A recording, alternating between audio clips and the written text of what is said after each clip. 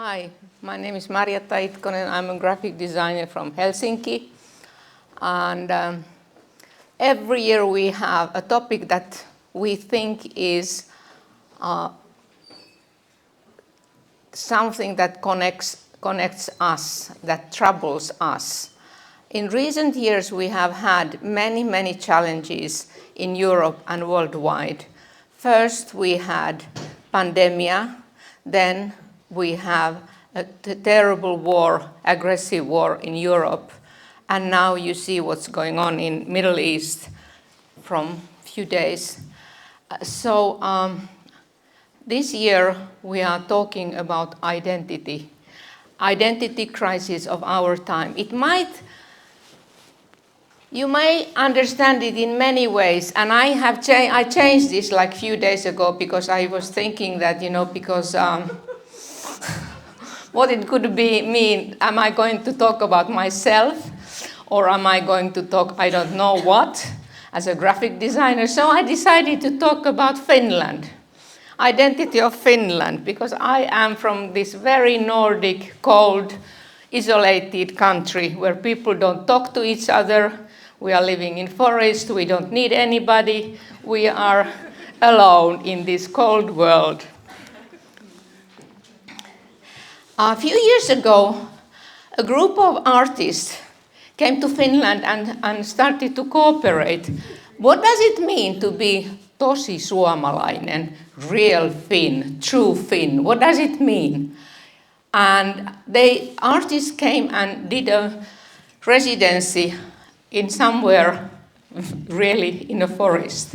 And they experienced Finnish winter, they experienced Finnish summer. Is it like on the right side you are running from sauna to snow and roll naked in the snow? Or you go to forest and you cut your wood to warm your house by yourself? And after this, is it possible that for immigrant to become a true Finn? In Finland, we are very timid and modest people. We don't like to show off that we are wealthy. It is seen as not polite and not nice if you have fancy clothes or fancy bijou or fancy car.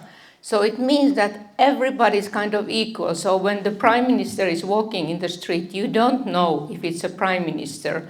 It might be, but might not. It might be, but also not. But not only that we are Nordic, modest people, we are very much integrated to Europe, very much so, especially during last years or 25 years.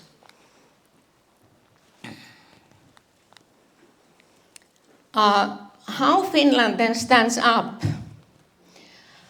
What is the identity of Finland? We are a very young country. We always were in the shadow of Sweden or in the shadow of big Russia. In Sweden, they have had kings. In Russia, they had Tsars. We had nothing like that. But now we had Sanna Marin, our young female prime minister. Not anymore, because we are a free democratic country and we had election, and now, unfortunately, right-wing populist party won. So we have very right-wing government at the moment. We'll see what's going on.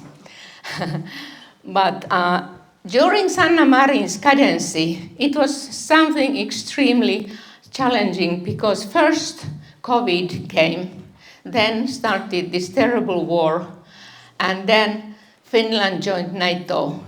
One could never ever imagine that we would, as a sort of neutral country, that we would join NATO, but this is what happened.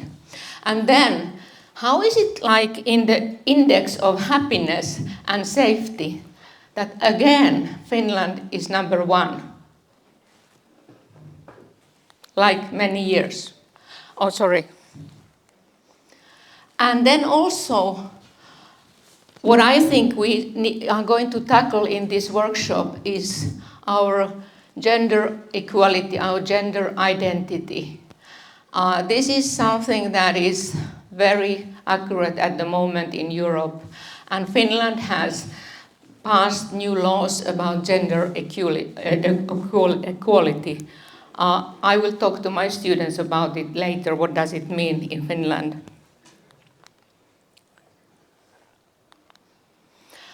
Then Finland has changed, like during the last 30, 40 years, a lot. We have quite a few immigrants. We have immigrants not only from neighboring countries or from Russia, but we also have from, for example, a big minority of Somalis from Africa. And there has been challenges to integrate them into Finnish society. There is a young female, Uyuni Ahmed, who is born in Finland. Her parents are both Somalis, and she had tackled with her identity a lot because she went to Finnish school, but her parents asked her to cover her head.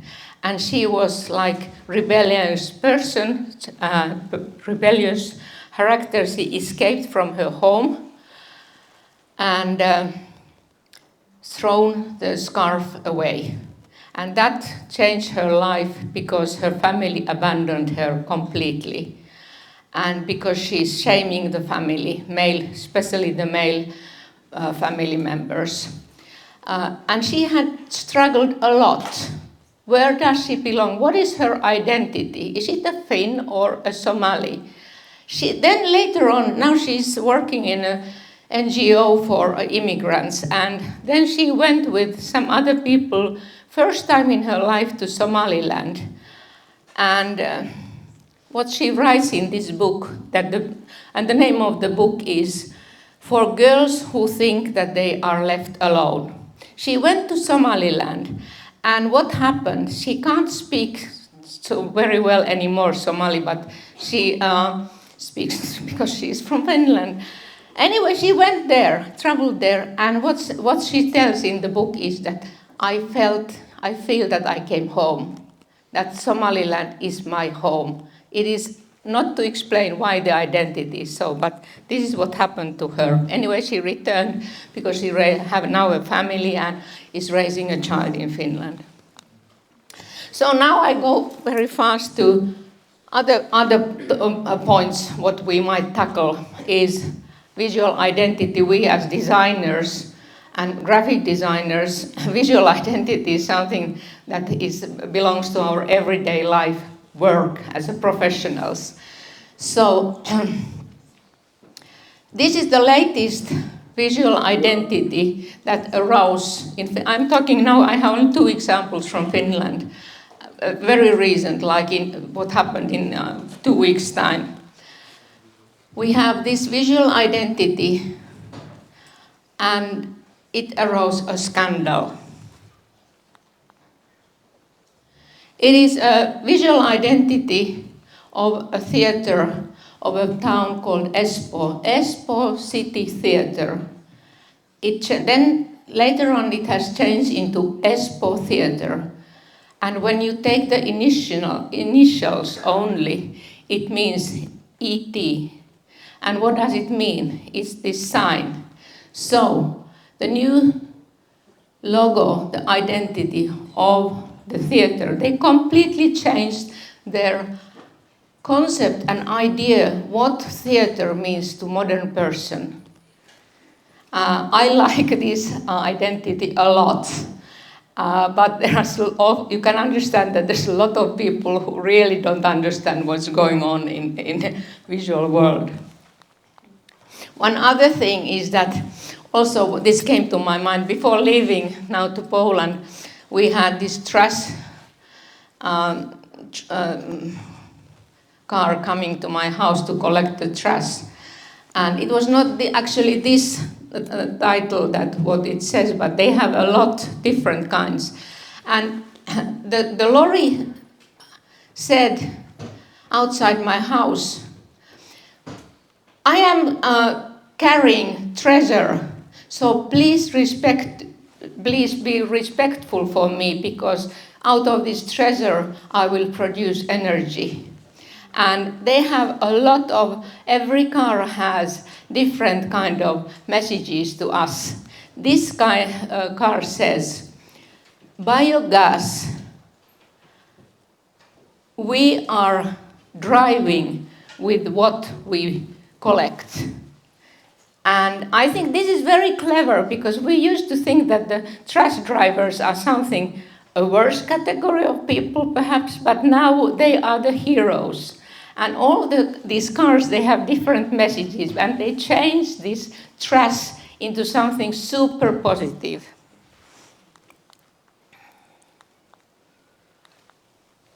Okay, now I'm finished with Finland, and now we come to Poland, to Warsaw. So I have collected, for this topic, I have collected 12 articles. One is also from Virtual Polska, one article, and it is tackling the topic from different points of view.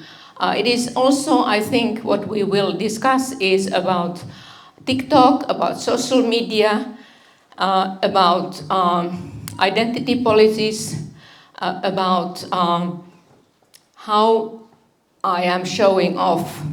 And because of social media, it is obvious that how we look became more and more visible and important. So we put a lot of energy how we are showing off. Is that healthy or not? I don't know. We will discuss about it. And here is the program for the week. You will find it yourself. Everybody has the PDF file. So what the idea is that every morning we have a few lectures, discussions. Students are very welcome to ask and discuss with the speakers. And then later on in the afternoon we will have workshop, and then at the end of the week, it's a tough day, we will have the presentation day. And I hope that many of the students will continue in November when, with my group, we will have the production of the design outcomes, what we are planning to do. So thank you and welcome.